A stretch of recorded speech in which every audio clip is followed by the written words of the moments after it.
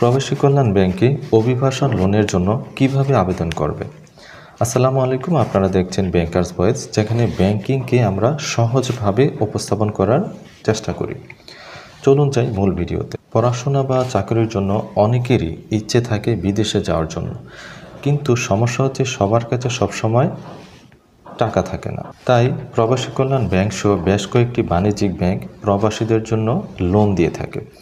এর মধ্যে প্রবাসী কল্যাণ ব্যাংক বিশেষভাবে প্রবাসীদের জন্য বিদেশগামী কর্মীদের জন্য বিভিন্ন ধরনের ঋণ দিয়ে থাকে, যার মধ্যে প্রধান হলো অভিবাসন ঋণ বা মাইগ্রেশন লোন।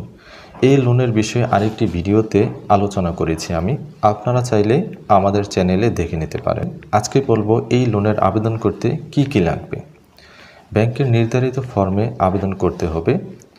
প্রয়োজনীয় কাগজপত্রাদি জমা দিতে হবে, যেমন আবেদনকারীর ছবি, জাতীয় পরিচয়পত্রের ফটোকপি, বর্তমান ও স্থায়ী ঠিকানার সার্টিফিকেট, পাসপোর্টের ফটোকপি, ভিসার কপি, ম্যানপাওয়ার স্মার্ট কার্ডের ফটোকপি, লেবার কন্ট্রাক্ট পেপার এবং একজন গ্যারান্টর প্রয়োজন হবে, যিনি লোনের টাকা পরিশোধ করতে সক্ষম। আবেদন করার সংশ্লিষ্ট ব্যাংকের শাখায় একটি হিসাব খুলতে হবে। এই সমস্ত ডকুমেন্টসগুলি নিয়ে আপনি নিকটস্থ প্রবাসী কল্যাণ ব্যাংকের শাখায় যোগাযোগ করুন। যদি কোনো প্রশ্ন থাকে কমেন্টে জানাতে পারেন। ধন্যবাদ।